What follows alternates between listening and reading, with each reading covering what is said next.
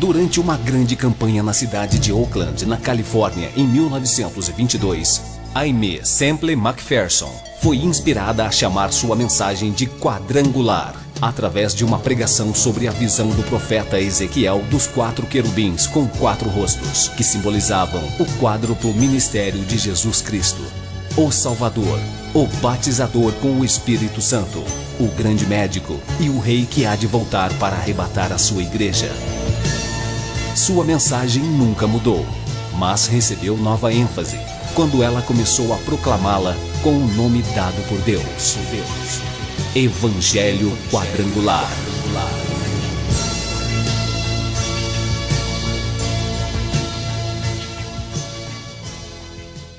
A Igreja do Evangelho Quadrangular Independente passa a apresentar o programa Cristo Esperança Nossa, sempre numa palavra poderosa a seu favor. Divulga este programa para os seus parentes, para os seus amigos e para os seus vizinhos, para que juntos possamos estar formando a cadeia da prece poderosa. Um momento de milagres, um momento do toque do poder, do nome glorioso do Senhor Jesus, para a salvação, para a cura, para a libertação de todo aquele que crê. A mensagem do Evangelho é para aquele que crê. A mensagem do Evangelho é para a salvação daquele que crê. A mensagem do Evangelho é para a cura, para a libertação daquele que crê, no nome glorioso do Senhor Jesus Cristo. Esta dádiva que Deus nos deu, a graça de Deus estendida a todos os homens, na pessoa bendita e gloriosa do Senhor Jesus. Dentro de alguns instantes estaremos formando a cadeia da prece poderosa.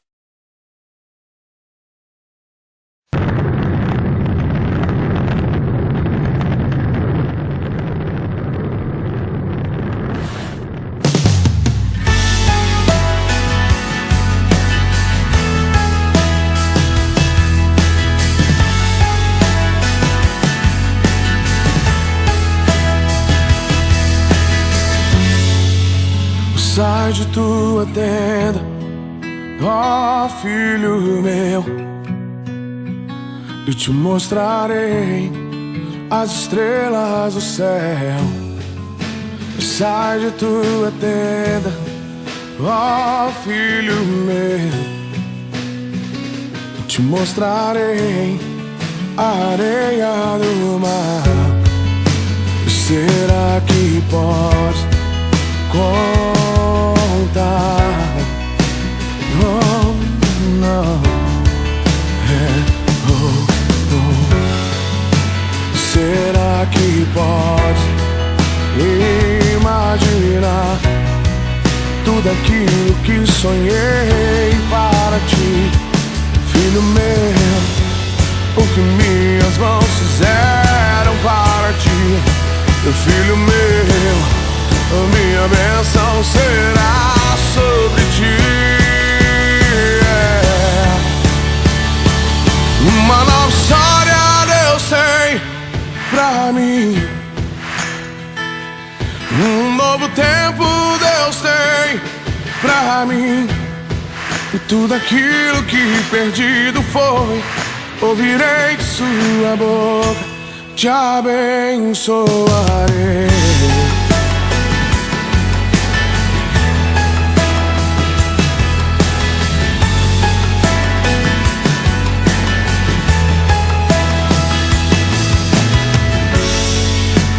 Sai de tua tenda, ó filho meu,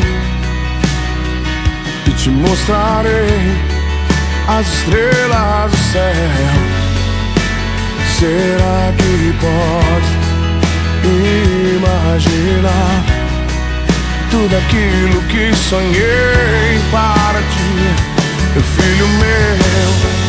O que minhas mãos fizeram para ti, filho meu, minha bênção será sobre ti.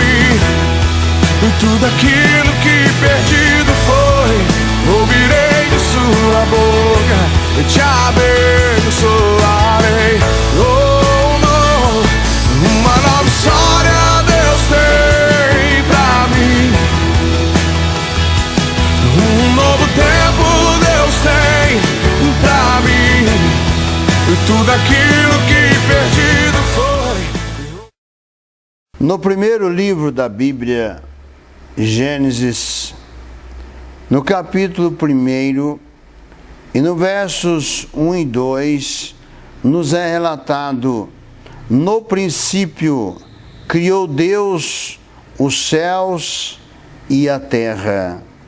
E a terra era sem forma e vazia, e havia trevas sobre a face do abismo, e o Espírito de Deus se movia sobre a face das águas.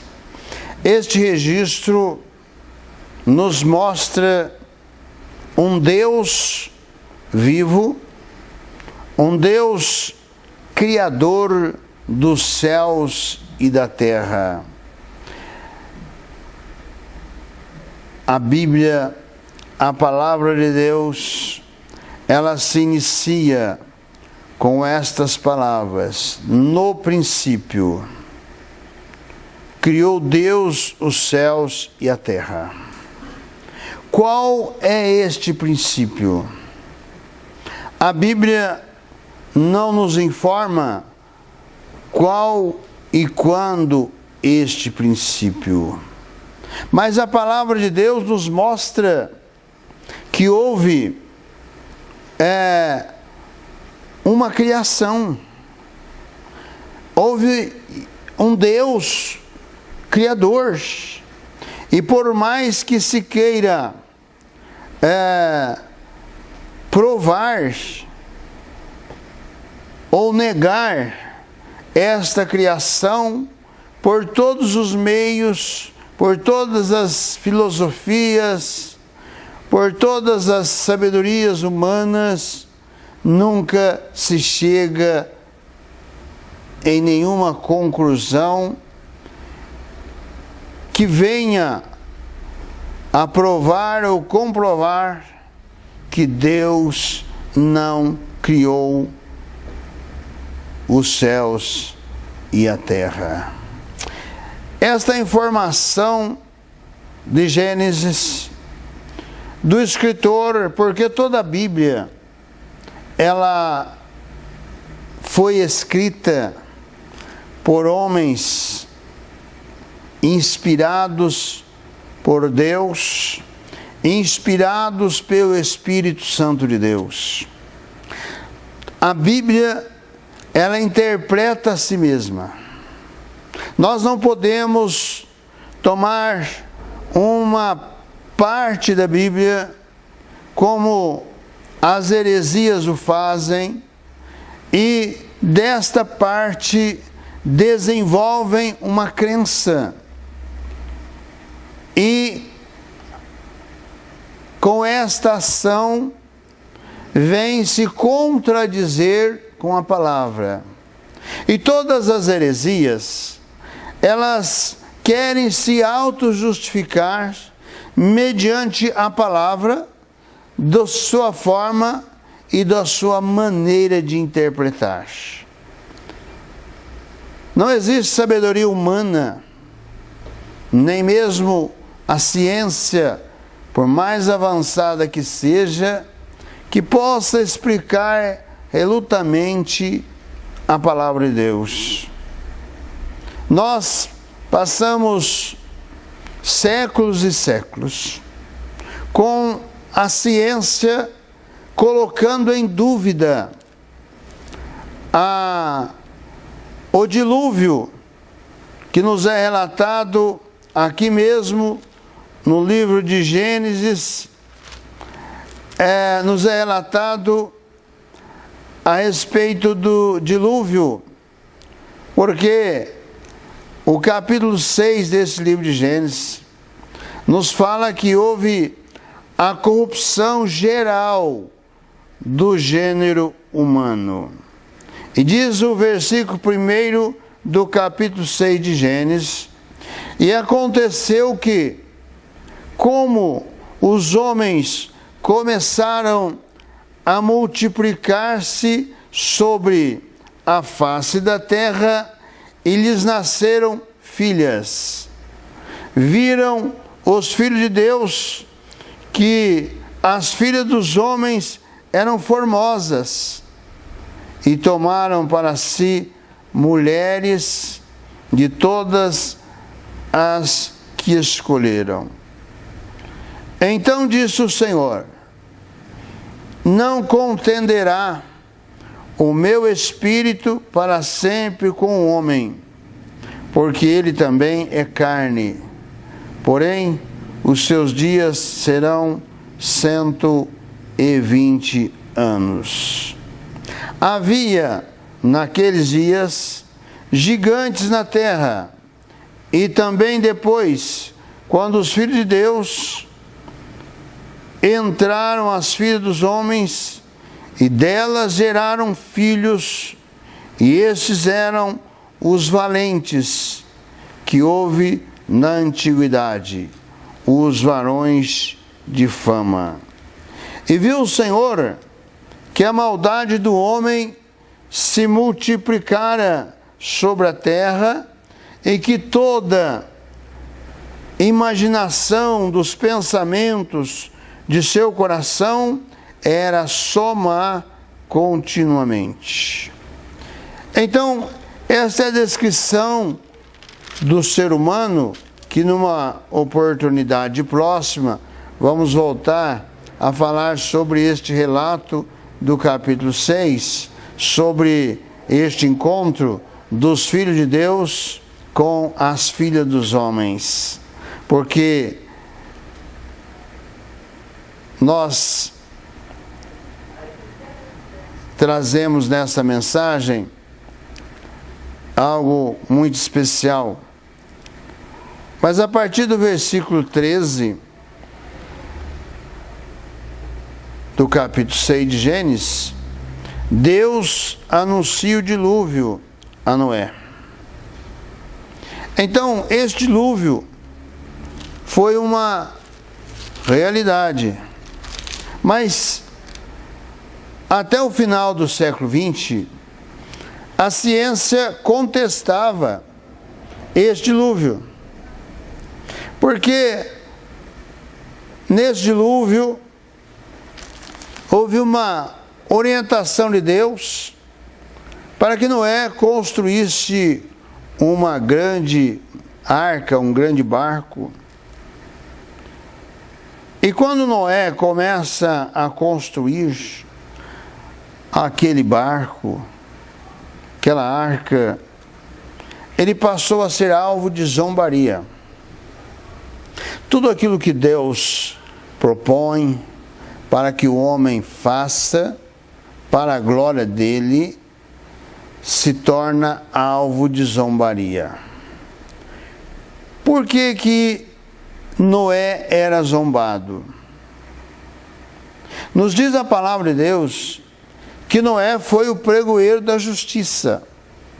Noé apregoou a palavra de Deus por 120 anos, dizendo ao povo que haveria de vir um dilúvio.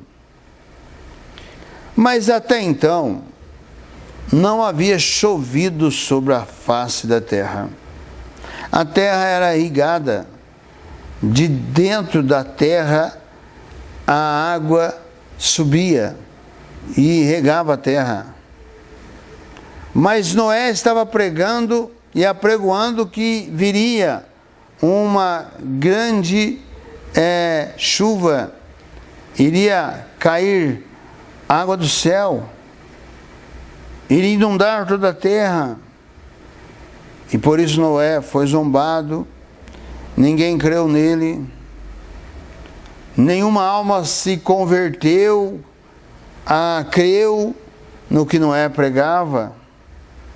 E por isso, quando veio o dilúvio, só mesmo Noé e a sua família se salvaram.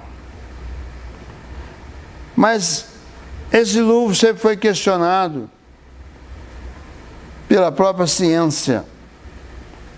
Mas no final do século XXI, dentro do que descreve a palavra de Deus, que a arca pousou no Monte Ararat, e foi ali que foi encontrado os vestígios da arca de Noé.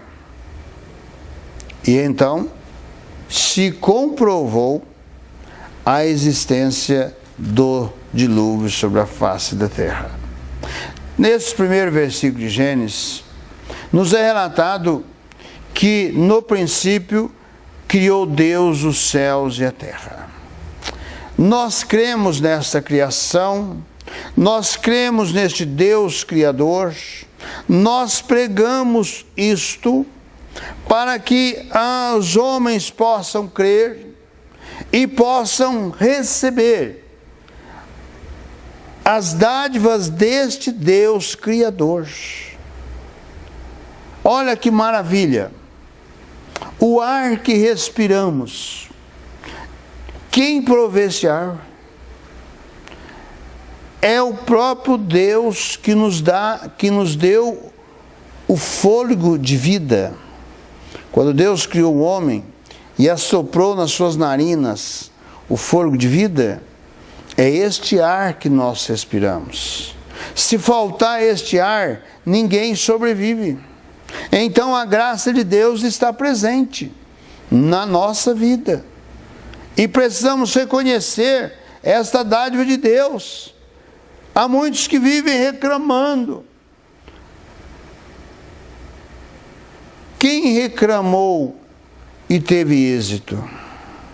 Mas aqueles que clamam ao Deus vivo, ao Deus Criador, pelo nome glorioso do Senhor Jesus Cristo, recebem deste Deus a bênção que buscam. Este princípio não nos é relatado. Muitas vezes nós vemos a escatologia trazendo que a Terra tem aí milhões de anos. Nada difere da palavra de Deus. Porque é relatado que no princípio criou Deus os céus e a terra. E qual foi esse princípio? Nos é relatado também que houve uma rebelião de Satanás nos céus e que ele arrastou com ele 1/3 dos anjos dos céus. A palavra de Deus, ela não tem linguagem para a numerologia de anjos. Então, ela descreve a respeito dos anjos que há milhares e milhares de anjos. Então, esse 1/3 de anjos que foi arrastado com Satanás é milhares de anjos também. Mas a palavra de Deus, ela nos mostra que com esta rebelião de Satanás, a terra se tornou um caos. É isso que é relatado em Gênesis. A terra estava um caos, porque o versículo 2 nos informa que a terra era sem forma e vazia. Em decorrência desta rebelião de Satanás, a terra se tornou sem forma e vazia. Tudo que Deus cria é perfeito. Tudo que Deus cria é maravilhoso. Deus não ia criar uma terra sem forma e vazia. Então houve um motivo para que esta terra estivesse sem forma e vazia. E ainda mais, e havia trevas sobre a face do abismo. E vem a outra parte maravilhosa, que diz: e o Espírito de Deus se movia sobre a face das águas. O que nós concluímos nestes relatos deste versículo? Que o Espírito de Deus se movia sobre a face das águas.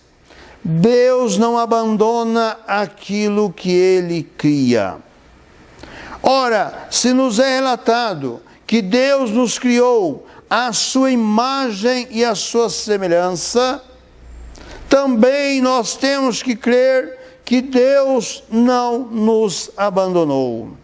E é por isto que Deus enviou, diz o evangelista João, capítulo 3, verso 16, Deus amou o mundo, a humanidade, de tal maneira que enviou o seu único Filho, amado Jesus Cristo, para que todo aquele que nele crer não pereça, mas tenha a vida eterna.